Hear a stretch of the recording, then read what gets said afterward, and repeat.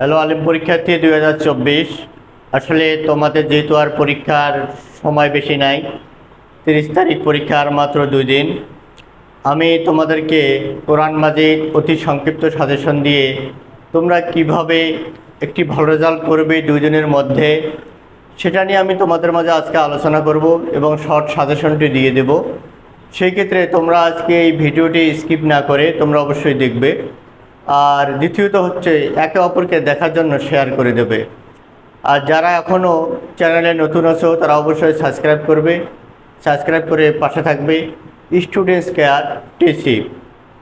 আসলে তোমরা পরীক্ষার হলে যাওয়া মাত্রই হইচই না করে কি করবে, অবশ্যই যেগুলো প্রশ্ন কমন আছে সেগুলো তোমরা কি করবে, লিখবে। এসব নিয়ে আমি বিস্তারিত কথা বলবো, তার আগে তোমাদের মাঝে কি দিয়ে দেই, সাজেশনটি দিয়ে দিচ্ছি। সাজেশন যে সূরাতুন নিসার আয়াত নাম্বার 1 ও 3 এটা মিলে একটি আয়াত থাকবে, অনুবাদ করতে হবে। তারপরে 23, 11, 43 ও 45। তাহলে সূরা নিসার চলে গেল সূরাতুত তওবা। সূরা তওবার 25 নম্বর আয়াত, 27, 81 ও 83, 117, 18। সূরাতুল আনামের 1 ও 5, 51, 53, 74 থেকে কত 79। তাহলে আয়াতগুলো তোমাকে অনুবাদ করতে হবে। তারপরে দেখো সূরাতুল আনফালের আয়াত নম্বর 65 ও 66, 65 ও 66, 65 ও 66। তারপর দেখো 67, 69, 67 থেকে 69। সূরাতুল আরাফে দেখো 11 থেকে 17 নম্বর, 19 থেকে 21 নম্বর, 54 থেকে 56 নম্বর।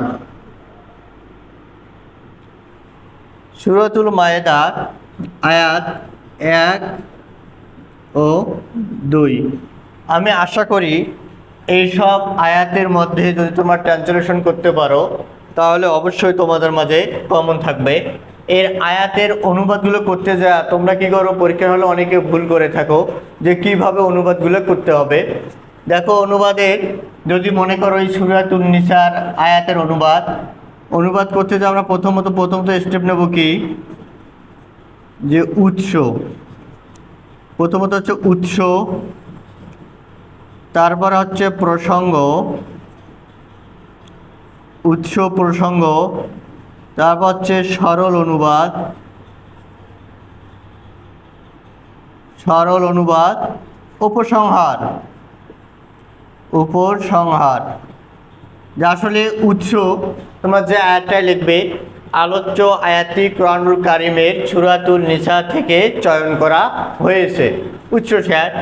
প্রসঙ্গ, সূরাতুন নিসা সম্পর্কে কী আলোচনা করা হয়েছে সে সম্পর্কে লিখবে প্রসঙ্গ। তারপরে পুরো কী করবে, সরল অনুবাদটা করবে। অবশ্যই সরল অনুবাদ শেষ করার পরে তারপরে কী করবে, অবশ্যই উপসংহারটি লিখবে।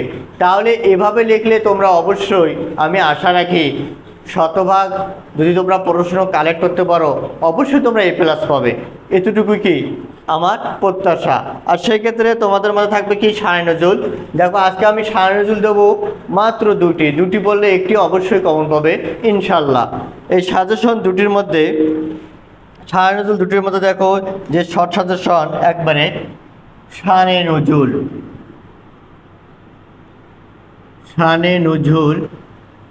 1 নম্বর শানে নজুল,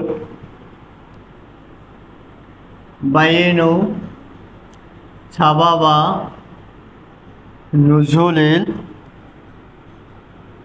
সূরাতুল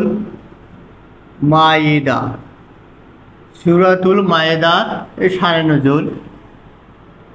বায়ানু সাবাবা নুজুলিল সূরাতুল আনফাল। আজকের এই সাজেশন ছিল এ দুটি যে শানে নজুলের মধ্যে সূরাতুল মায়েদা আর সূরাতুল আনফাল, এই দুটি শানে নজুল পড়লে অবশ্যই একটি তোমরা কমন পাবে। আর দ্বিতীয়ত শানে নজুল লেখার মধ্যে দেখা যায় তোমরা অনেকে ঝামেলা করো যে উপস্থাপনা বা ভূমিকা দেওয়া হয় না। যে শানে নজুল লিখতে গেলে তোমরা সূরাতুল মায়েদা, মায়েদার সময় শানে নজুল লিখতে গেলে তোমরা কি করবে, ভূমিকা দেবে।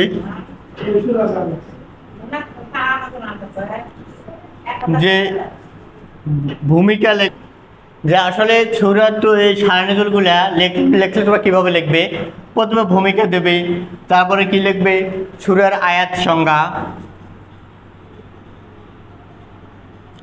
তারপর দিবা হচ্ছে যে আয়াত যে নাজিল হয়েছে যে কি সূরা সম্পর্কে লিখবা। তারপর হচ্ছে কি সূরা নাজিলের প্রেক্ষাপট, সূরা নাজিলের প্রেক্ষাপট, সূরা নাজিলের প্রেক্ষাপট লিখবে।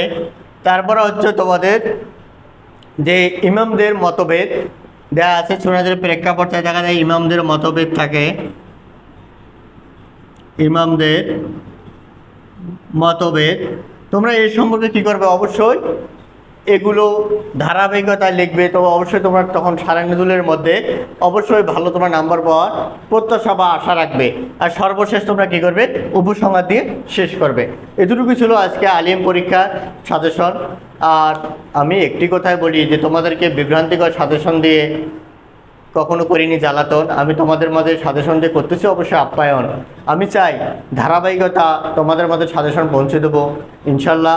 এতটুকু প্রত্যাশা, আলিম পরীক্ষার্থীরা নিয়ম আর ভালোবাসা।